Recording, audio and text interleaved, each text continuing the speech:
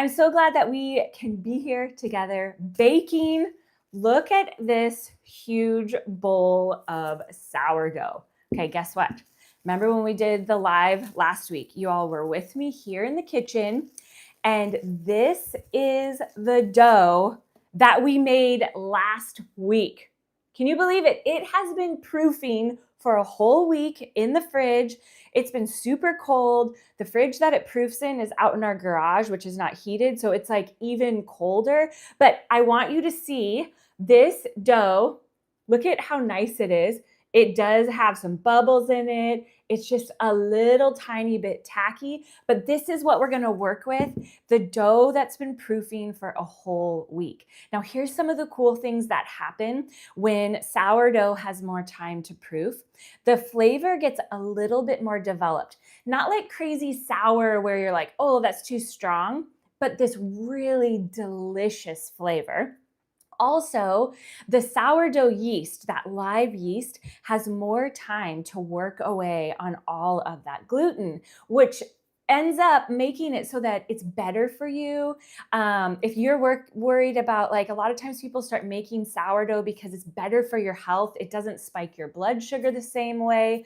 If you're sensitive to gluten, not celiac's different, but if you just have gluten sensitivities, allowing your dough to proof longer gives the sourdough yeast more time to like work on all of those gluten, I'm just gonna call it food because I'm not a scientist, but break it down and it makes it better for you. That's what you need to know. Sourdough bread is better for you than any kind of store-bought bread. Even the most organic whole grain bread, sourdough bread has all of this live microbes and bacteria in it that's good for you. So, okay, I'm so glad that you all are here. I see you chiming in from Tennessee. Oh man, okay, is it cold in Tennessee right now? I remember seeing the news saying that there was some cold spell going through. Michigan, oh, I am sure it is so cold there. We have, it's a nice not raining day here in the Pacific Northwest. Sorry, the coffee maker is gonna turn off here in a moment. Okay, I think the coffee maker turns off most days when we do the live. I think next week I'll turn it off before we start. Oh, hi from California. That is awesome. And Chicago. Love it, love it, love it. Isn't it cool that we can bake together? Now, one of the questions that we get a lot is, do I have to let my sourdough dough proof overnight? Do I have to let it proof for 3 or 4 days? The answer is no. And I'm gonna have a video soon with a recipe specifically for bake the same day sourdough. Because I know sometimes you want to just like, you have time and you're like, I just want to bake today. I get that. So I'm gonna have a specific recipe for you soon. But when it comes to this dough, our everyday dough, I really, really encourage you to allow it to proof at least overnight because you're gonna get better flavor, you're gonna get better rise, you're gonna get better texture, better crust, all of that. Now, if you are running low on time and you're like, I just really wanted to make it today, make a batch of focaccia bread. And there is a video all about how to make the focaccia bread.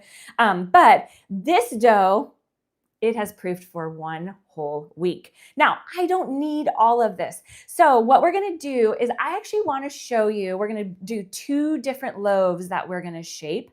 One of them is gonna be a small round. So I got this Banneton basket out because I wanna just show this to you.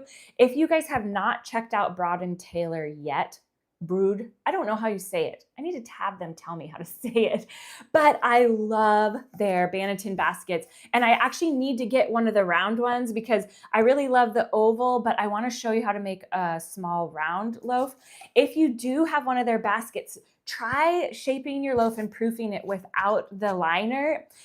It does have a liner that you can get with it, but I really like the way they proof without the liner. So let me grab my round Banneton, get it out here. This is what we're going to use today to shape a small loaf.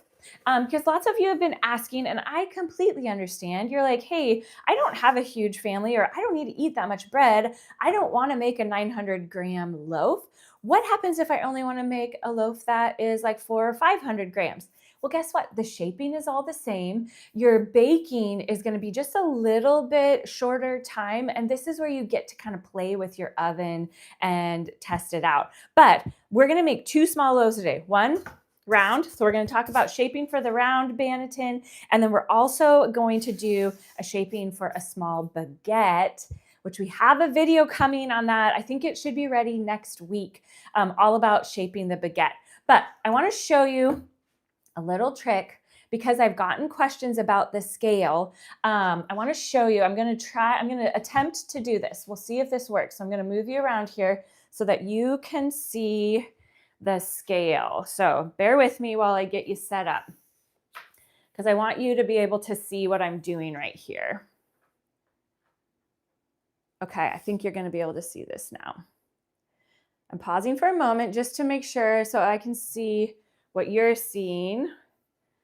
Okay, so look at this big, huge bowl of goodness. What you're going to do is you want to actually put your bowl on the scale and then turn it on, okay? And let's move this over here a little bit so you can see. Okay, so first, I put my bowl on the scale, then I turn it on. Why do it that way? When you do it that way, your scale, it cancels out the weight of everything that is on it. So what you see on your scale is a 0. Now you want to make sure that you have the unit set to grams. So just hit the unit button until you get to grams. And I know lots of people ask, why do we have to use a scale? Why can't we just, why can't you do cups? Why can't you do tablespoons? Sourdough baking uses the scale. And the reason why is because it is so much easier to be more exact in how much you're putting in. And also, honestly, once you get used to using it, you are going to love it. It is so much easier than trying to work with cups. You don't have to like measure out how many cups you want. You can just pour it in. And probably the biggest reason I encourage you to use this scale is because every time you scoop a cup of flour out, you're not getting the exact same measurement. So when you scoop 5 cups of flour, you're getting 5 different measurements. When you use the scale, you're able to see the exact amount that you're taking out. Now, can you see I have my bowl of water here? I'm dipping my fingers in it. That helps make sure that the dough doesn't stick to my fingers at all. And what I want to do is I want to take out, we're going to do a 450 gram loaf. So this is going to be half of the large size that we normally use. And watch what happens when I take that out. Now my scale is reading a negative number. And the reason why it's reading negative is because we just removed stuff from the bowl. So this is one of the easiest ways to do some easy measurements. If you're taking anything out of like your sourdough starter jar or your bowl of dough, put the bowl on there first or the jar on there first and just start removing what you're going to take out of it. And then it will tell you, boom, now we know that we have removed exactly 450 grams of dough. So here's one of our loaves. It's going to be 450 grams. And I'm putting a little water on here so that it won't stick to my counter. And now I want to remove another 450 grams because I'm going to do another loaf. And so let's get both of our chunks of dough out of there. Now, what I should have done before I took that out, I'm going to put it back in because now we know our first chunk of dough that we took out is 450 grams. Now this button right here, the tare button, if you haven't gotten used to using this yet, this cancels out everything you've just done back to 0. Now I don't have to add. Even though 450 plus 450 is 900, I don't have to do any adding, and I can take this chunk of dough out and I can see exactly how much this chunk of dough weighs. So now we have, let's put a little more back in. Not that it matters, you can go a little bit over, but now we have 2 chunks of dough that both weigh 450 grams. We're done with our scale today, so I'm gonna move that out of the way. And because I'm not going to bake with this dough just yet, which I know it's been in the fridge for a week, I will shape something and do something with it probably tomorrow. But this, I'm just using my bowl scraper to scrape it all down so that it can rest together. I'm gonna reuse my little piece of plastic and put my lid back on. And these bowls are my favorite. I get lots of questions about using metal and is it okay? Because I know you guys have heard from lots of gurus, don't use metal. I'm here to tell you it works just fine. I am sure that if you were trying to do some master baking level class, they would have some different information from you. But here's what I know is my goal is to make baking in everyday life possible. And what that means is I use my metal bowls. And the gal that taught me how to make sourdough always used metal bowls. And so I just run with it because I'm more interested in making sure I can bake up delicious bread than being completely confined by all of the rules. So what I'm doing right now is I'm just getting our sourdough into some nice little rounds here. And they're going to sit there for a second and I just let them rest. They're still very, very cold. These are cold straight from the fridge. I'm going to let them rest and we're going to get our Banneton basket ready. You want to make sure that you just have it ready to go before you start shaping, because once our dough is all shaped, we want to just be able to plop it straight in here. I do quite a bit of flour on here because I don't want it to stick to it at all. You can use rice flour. People use rice flour because it does create a little bit different crust. So if you're finding that you just really don't, like your crust is getting a little bit too thick, go ahead and switch to a rice flour in your Banneton basket and see if that helps at all. You might not notice a huge difference. And if so, then you're like, okay, that wasn't that big of a difference. I'm not going to worry about it. And then we'll talk about some other things you can do to help your crust not be too thick. Okay, and just so you know, I'm going to get to questions when I'm done. Because I have the phone set up like this, I can't see all of your questions while I'm showing you, but we'll get back to those questions in just a minute, okay? Okay, this pan right here, look what I have under here. This is very high tech. You can make this at home. Just get 2 towels and you're gonna set them on your baking sheet. Then you're gonna put a piece of parchment paper over it. And this is where, when we shape our baguette, it is gonna go right in here onto this parchment paper. And those towels are gonna help it proof and like keep its form. So this is essentially how you create a proofing setup for a baguette. Now, if you want to make a really long baguette, then I suggest that you get your biggest baking sheet. Like we have a really big one. I need to measure it, but it's much bigger than that one. And I can do a really, really long baguette on it. So I use the bigger baking sheets when I want it to be really, really long. But what the family has told me is that they actually like the shorter, stouter, fluffier baguettes because they like to slice them up for sandwiches. So let's start though. We're going to start by shaping our dough for our round Banneton basket. And once we get it all shaped, it's going to rest in here. I'm going to just let it rest on the counter for 1 hour, not longer than an hour, and then I'm going to bake it.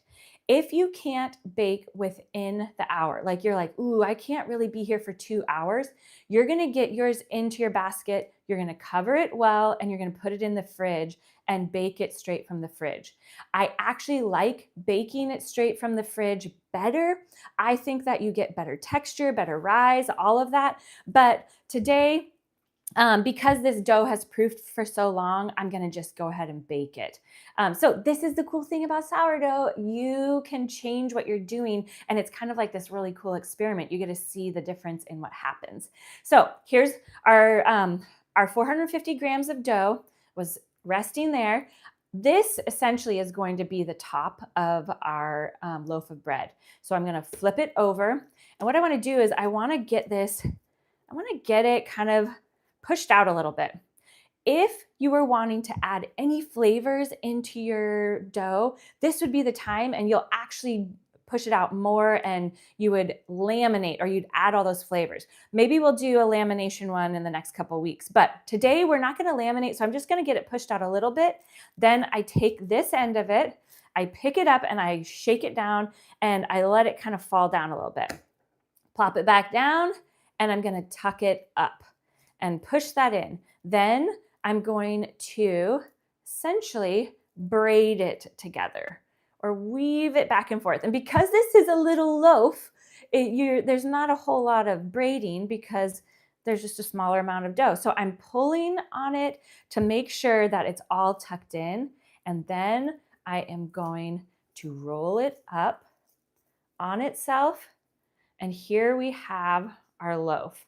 So once I get it like this, this is the top of our loaf. I flip it back over, mainly because I want to make sure all of this is tucked together. Now, here's the cool thing about sourdough. It actually wants you to play with it. It wants you to get it so that it's really tight and it has lots of tension. Now, look at our cute little loaf in our basket. It's so tiny, but it's going to be perfect, especially if you're like, it's just me who eats it, or there's only a couple of us. This is a really great size loaf. It's going to start to fall open a little bit. That's okay. It's not filling the basket the way that it normally would. And I think there are smaller baskets that you can get. So if you're consistently wanting to make smaller loaves, go ahead, look for a basket that's smaller that will help keep that shape a little bit more. But this is going to rest now. Like I said, I'm going to let it rest on the counter for an hour. I'm just putting my liner back over it. No, I don't know, dust or whatever going by is going to get in there. And that's now going to rest. Now we're going to shape our baguette. Okay, and I'll come back. I promise I'll come back and we'll look at all the questions as soon as I'm done shaping, and we'll chat some more about it. So the reason why I use water instead of flour on the counter is because the sourdough starter has had all of this time to work its magic on the flour that's in the dough. When you start putting a lot of flour on your surface, that flour is starting to get worked into the dough, and it's like fresh food. It hasn't gotten to, like, the sourdough yeast hasn't gotten to it to be able to work itself, like work all the magic on it.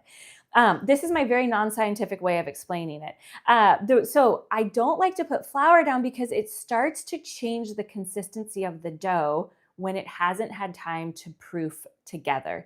So when you do water, you're not introducing any fresh flour, and it actually will make your crust and the texture of your bread even better. So for a baguette, I picked up my ball of dough.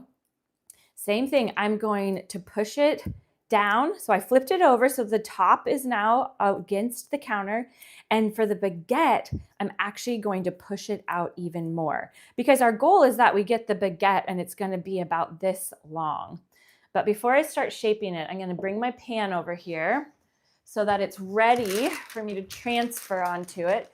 So get your baking pan where it's going to proof all ready to go. And okay, I push it out. And here's what we're going to do. We're going to pick up this side and we're going to press it down like this. This is the first shaping of our dough. Then turn it towards you. So pick it up and turn it towards you.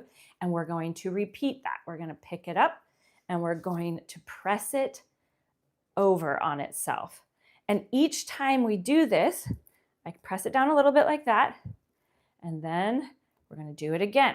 Pick it up, take this seam, turn it towards yourself, and let me make sure. Did my camera move a little bit? Let's get you so that you're all lined up. You can see exactly what I'm doing. There we go. Okay, now the seam is moved towards me, and I'm going to pick up the seam and I'm wrapping it over itself. And you'll notice, you're like, ooh, there's some air bubbles in there. That's good. That means the sourdough is still very active. It's creating like those air bubbles are created because the sourdough is like gobbling up all of the food. Now I want this to get a little bit longer. So I keep doing the same action until the loaf is as long as I want it to be. And I'd say it's pretty close. When I feel like, oh, I think that's about the size that I want, I tuck the ends in because I want those ends to be nice and pretty. And then I do one final roll on it. And this is going to be our baguette. And remember, this is only 450 grams. So this is like a mini one, but right now I just kind of go down. I want it to be pretty uniform in how thick it is. And then I pick it up and I move it over onto my prepared pan. I'm going to tuck these towels in next to it to hold it. And then I'm going to pop this out. I'm actually going to let it go sit in the garage for about an hour before I bake it. Now, right now, you can fiddle with it. If you're like, ooh, I don't like the way that end looks, fiddle with it. Make it so that you're like, ooh, okay, I want to get that tucked in. It's going to be fine if you are fiddling around with it. But we're going to get this covered up. And we're going to put that out into the garage. And the reason why I'm going to put it into our garage is because it's really cold out there right now. I'm not going to bake both of these loaves at the same time because they both need the middle rack in the oven. And so the baguette is going to wait a little bit longer. Okay, get ready. I'm going to move you now. Now you get to see me again. Okay, so the baguette needs to bake longer. Or not longer, it is going to rest in the cold longer than the round boule one. But remember, only 1 hour. This is only going to proof on the counter for 1 hour. And the reason why I bring that up again is because I've heard so many of you say, I didn't notice that my dough was doubling in size, and so I left it out on the counter longer. Sourdough acts so different than a yeasted dough. Yeasted dough, you want to see that double in size before you bake it. You don't need to see that with sourdough. You want it to rest for an hour, and then we're going to flip it out, do the score, and we're going to bake it, okay? So now let's see if I'm going to go back here so I can see some of your questions, and then we're going to answer some of those. Okay, well, this is good. Janice, she's saying that she has found that using cups is as easy as grams. This is a preference thing. If you really like to have recipes in cups or you really like to have it in grams, guess what? There are all sorts of websites online. You can just say, can you convert, this says I need 500 grams of flour. How many cups is that? And it'll tell you. So you can look that up really easily. Okay, let's see. Hi, Kim. She's from South Dakota. No, she said she's trying sourdough for the first time. She's not from South Dakota. She's from California. And she's saying she'd love a same-day sourdough. Okay, stay tuned because I will have a recipe on that soon. Let's see. Another question from Pennsylvania. She followed the directions on how to wake up her starter and it was asleep for 3 months. That's okay. It can wait. She fractured her shoulder and now she's been back to making bread. Yay. Oh, yay. All of this stuff helped her wake her starter up. Your starter can stay dormant in your fridge, I would say for years. As long as it doesn't get some kind of bad bacteria in there, which you would know because it would turn green, it would turn pink, or it would smell like a baby diaper. If your starter just simply, okay, get ready for this. Here's the starter that I've been letting age in the fridge. Look at that dark hooch. That's okay. This is a byproduct. This is like, basically think of it like the sourdough live yeast is eating up all of the goodness down here and it produces gas and it produces like liquid essentially, which is hooch. Don't drink it. It's not to drink. It's not that kind of hooch. But this is just the liquid that can go back into the starter. So when I do the video to wake this up and show that it's still alive, I will mix that liquid right back in. But it's so cool. Sourdough can stay in your fridge for a really, really long time. But if you leave your sourdough starter on your counter, you want to make sure that you are feeding it every day. Feeding it every day gives the good sourdough bacteria food, and as it gobbles up that food, it is fighting off all the bad bacteria. So if you're leaving your starter out, you want to use it every day, or you want to feed it every day. But I don't suggest you do that because I don't know anybody whose life allows for that. I know ours doesn't. It would not be possible for me to feed our sourdough starter every day and actually enjoy baking. So our sourdough starter right here, this is the one I work with all the time. This is Nigel. He lives in the fridge all the time. And we're going to put a link down below to the full sourdough playlist. If you're trying to figure out, well, what do you do with this? How do you know how much to take out? Or how do you keep it replenished? How do you keep it from running out? All of those videos are in our sourdough playlist, and it'll help you keep yours replenished, because then you're never going to run out, and this will always stay happy. Because look, at this is still fluffed up from when I made the dough last week, and I made extra starter. I fed extra starter because I wanted to replenish the jar, and it's still fluffed up from it getting fed last week. But I don't ever feed that jar directly. It gets food by me waking up batches of the starter. Okay, another question. Let's see. Okay, some people say they don't use metal, they only use glass. You can. Me showing you that I use metal is because I want you to like shake off all of the stress of the rules so you can have fun baking. Because the more that you bake, the stronger your sourdough starter is going to get. The more that you bake, the more you understand, you're like, oh, this dough feels like how I want it to feel. The more that you bake, you start to figure out, oh, my oven does better if I put my rack up a little higher, or the bottom of my oven is so hot, I have to put a couple extra pans underneath. This is the adventure of sourdough, is that you need to go on the adventure with it. So don't be too worried about all of the rules that you don't go on the adventure.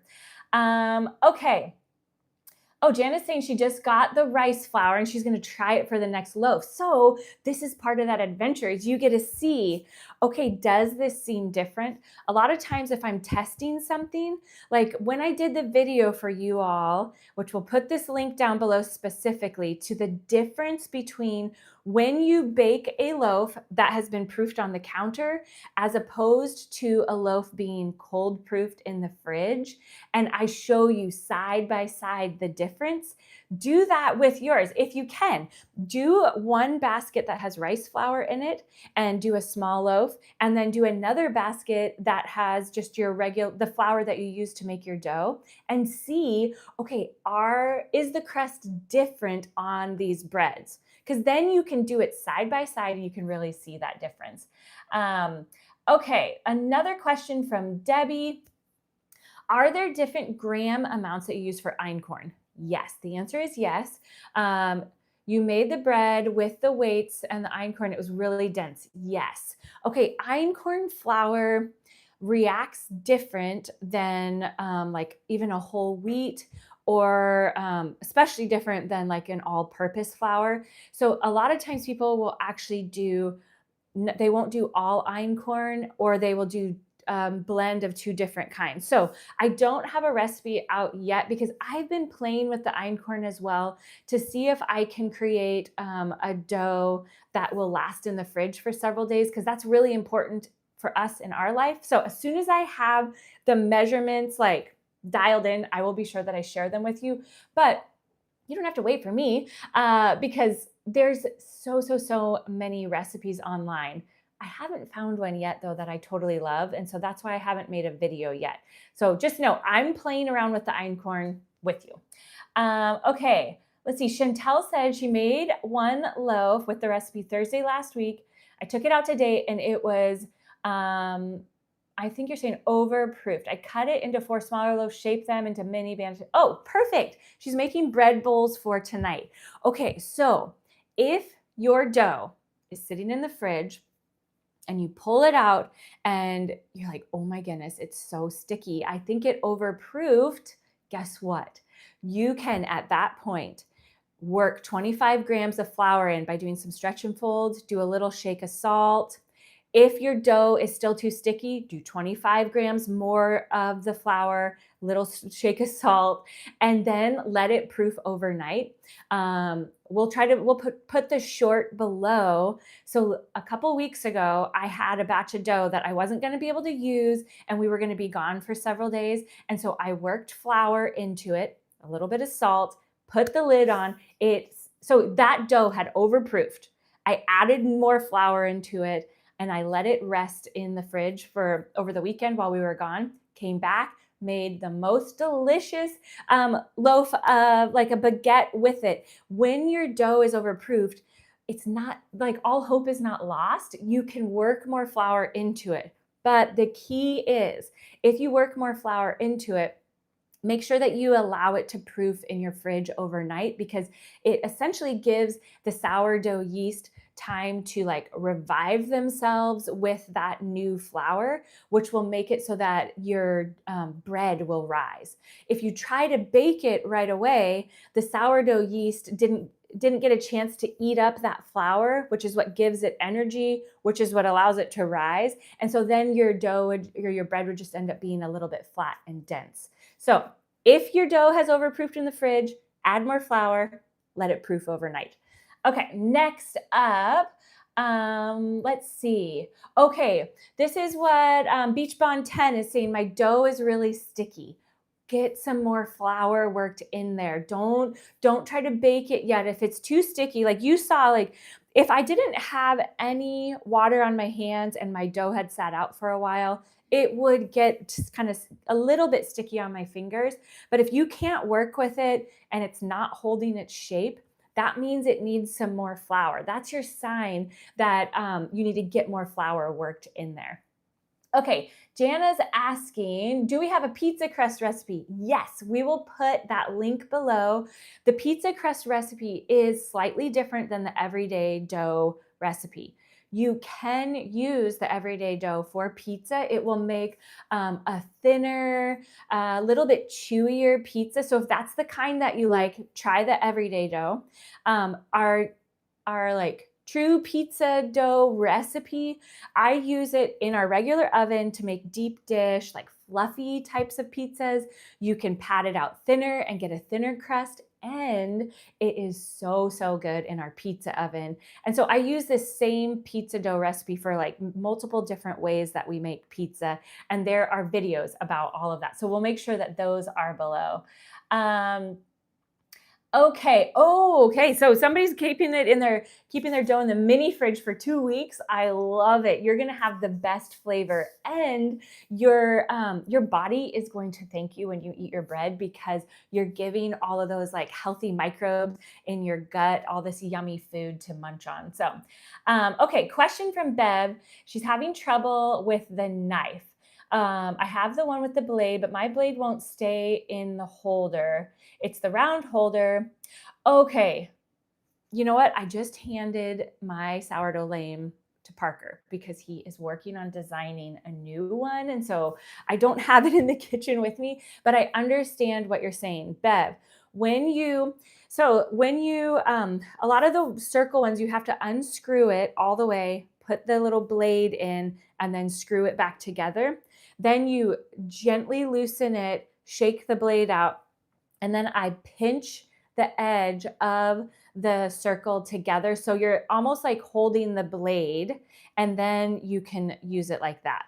There's lots of different ways there's lots of different models, types, shapes, whatever, of the sourdough lame. Find the one that's the easiest for you to use, because that main score that you do is really important. All the fancy design stuff doesn't matter. You can do whatever you want with that. But that main deep score, you want to make sure is good and deep, because that is allowing your bread to rise, and it's allowing moisture to escape, which makes the middle of your loaf have the best texture. So when you do that main score, go deep. You want to go deep, deep, deep on that. If you want the ear that will like bend up like this, you want your score to be angled. If you are like, I don't really care about that, which personally, our family is like, Mom, they're like, don't make that ear. It's too crunchy. So I try to do my score straight because I don't want it to go like this, but I do still try to get it really, really deep. Okay, that's about that. Let's see. Okay, another question. If I have extra starter from the next, extra starter, is it okay if the next morning to add it back into the original jar that I keep in the refrigerator? Okay, let me make sure that I'm going to answer this because I think I understand what you're asking. So let's say you fed your starter and it was rising all night long. And then the next morning you go and you make your dough and you have this extra starter, which is what people call discard. It's not because you're going to throw it away. It's because it was extra. You didn't need it for the recipe. So I guess you could throw it away, but don't you dare throw it away. Take that extra starter and put it back into the fridge jar. Yes, that's exactly what you want to do. That's exactly what I did. It's why I have this much in here.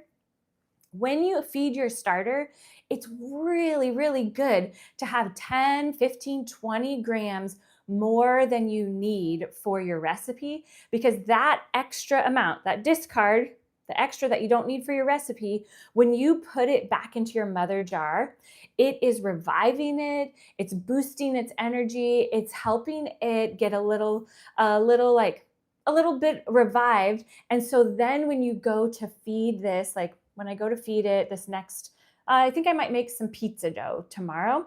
When I go to feed some, I'm only going to need to do one feeding because this is still pretty strong and active from last week when it got all of that discard added back in.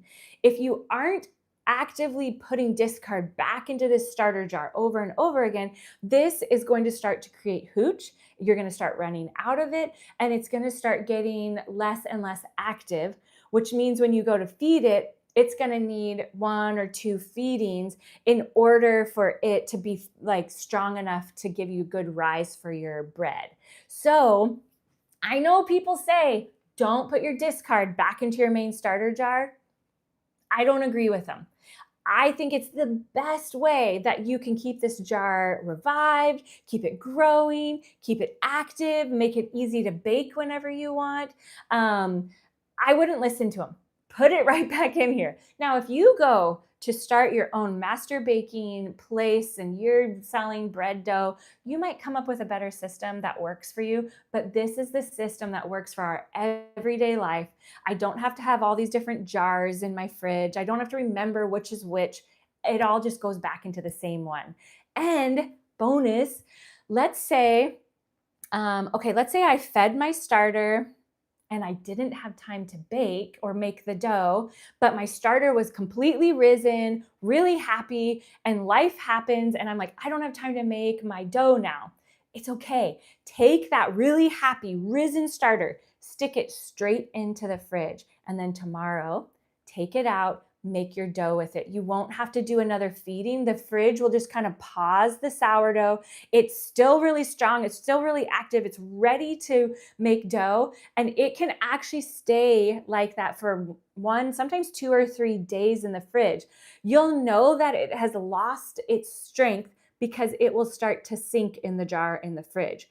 But let's say that my starter was all the way up here. It was like I had fed it and it was all the way up here and I didn't have time to make my dough. So I stick it straight into the fridge.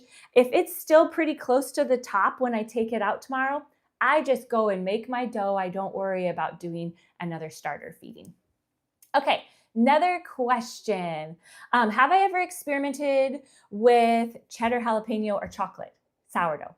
Yes. And there is a video about both of those. Well, actually not cheddar jalapeno. I did a Parmesan pesto, sun-dried tomato loaf with inclusions. That we'll put that link below. You can also just go straight into the sourdough playlist and you'll see it. And there's another video all about using like Nutella and some flakes of chocolate. And I talk through kind of the basics of adding flavors. You can add any flavors you want to the dough. And it's why I suggest making one big batch of dough, putting it in your fridge, and then do the inclusions or the flavor adding when you go to shape your loaf. because if you add all of those flavors in from the very beginning, when you make that big batch, then every single loaf that you make is going to have those flavors in it, which isn't necessarily a bad thing, but I don't always want a loaf of chocolate. I don't always want pesto parmesan. So I suggest adding the flavors, laminating it is what they call it. That's the fancy word. Because think of it this way, you spread your dough out and it's like you're doing this lamination of flavor over it. But there's a few little tricks, so make sure you watch that video and bake along with me. Okay, let's see. Another question. Okay, Carol is saying, my crust is so hard, it's really difficult to slice. Is that normal? So that can happen for a couple of different reasons. One is that is your dough really sticky? If it's really sticky and you put it into the Banneton basket, that outside of the dough is absorbing all of that flour that's in your Banneton basket, but the flour hasn't had time for the sourdough to like munch on. And so what ends up happening is it creates this really hard crust. One way that you can ensure that that doesn't happen is by cold proofing your bread in the basket. So once you get it into the basket like this, try using rice flour. That can help with the crust, but then cover this really well with like a shower cap, plastic wrap. You just want to make sure that it's not having a bunch of air exposed to it, and proof it in your fridge for at least 2 hours, but it can proof for up to a day or two, and bake it cold from the fridge. Baking cold from the fridge will give you better texture, better crust. And if it's just like really hard to cut, you can pop it into a bread bag or into an airtight container for a bit once it has cooled for a little bit, and that will help to soften the crust just a little bit and make it easier to cut. But if you really are like, I just don't like how thick and tough the crust is, then mix a little bit extra flour into your dough from the very beginning so that it's not so sticky. And then do those things with proofing it to see if that will help. Okay, what's the longest that I've left a loaf to cold proof before baking? So if I have added extra flour into my dough so that it can go for a long time in the fridge, I've left it in the fridge for 2 weeks and it's still baked delicious bread. And what freedom, because for 2 whole weeks, I could just pull, 500, 600, 800 grams of dough out of this big bin and make bread whenever we wanted, which was so fun. Once you shape your loaf and you put it into your basket or into your loaf pan, or like this baguette, once you have shaped it, I've left it up to 3 days, and that felt like it was pushing it. On the 3rd day, I was like, I have to bake this, otherwise it's going to get overproofed, and I'm going to have to kind of like get the dough out of there, revive it. So I would say don't leave it for longer than 3 days. But the caveat is during the summer, I can't leave it for that long. Even though it's in the fridge, the sourdough knows when it's warm and more humid, and it will grow so fast even in the fridge. It'll like bust out of containers. So when it's really cold outside, which makes it even colder in the fridge, it allows our dough to proof in there for like up to 3 days once I have shaped it. Okay, so another question here. Oh, I love this. Bev is saying that someone she talked to said they use cereal bowls to proof their small loaves. Like this, that is genius. I'm going to try that. I'll let you guys know how it goes. I love that idea. Use what you have. You don't have to go invest in all of these different gadgets. The thing that I have found that is a little hard to completely replace is the Dutch oven. Without a Dutch oven, it is hard to make a rustic kind of loaf. But if you don't have a Dutch oven, it's okay. Make a sandwich loaf. You can use any kind of sandwich loaf pan that you have, metal, cast iron, glass, all of them will work. Or make the baguette.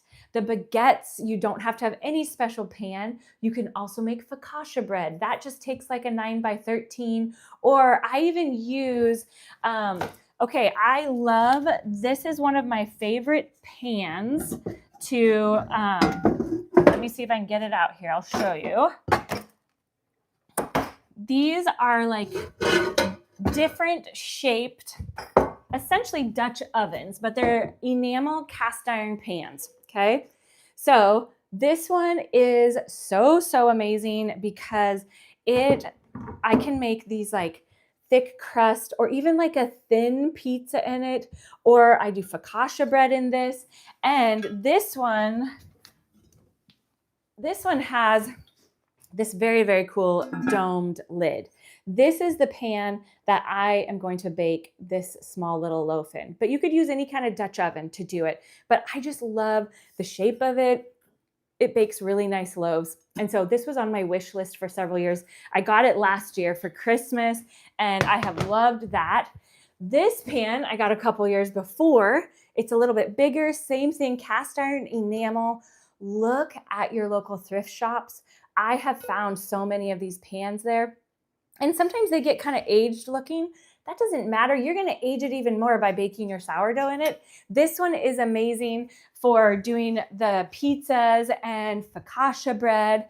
And I do all sorts of different things in it, but it doesn't work for a loaf that has like a big round top because the lid is flat. But it's amazing for some of those other ones. So look at local thrift shops. I'm sure you will find some good stuff.